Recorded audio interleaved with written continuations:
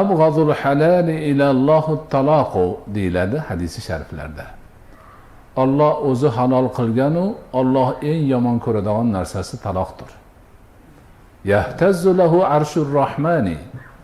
Taloqni tufaylidan sababidan Rahmonning arshi larzaga keladi. Bir musulmon oilaning buzilishi, er xotinning orasi munosabat bo'lishi Allohning buyuk arshini larzaga keltiradigan darajadagi dahshatli, qo'rqinchli, yomon narsa. Shariatni demak ta'limoti shu. O'sha taloq qo'yaman yoki qo'ymoqchi bo'layotganlar shuni o'ylashi kerak. Qilyapti. Lekin Alloh eng yomon ko'rgan narsani qilyapti. Allohning buyuk arshini dahshatidan larzaga soladigan narsani qilyapti. Shuni o'ylab qo'yish kerak.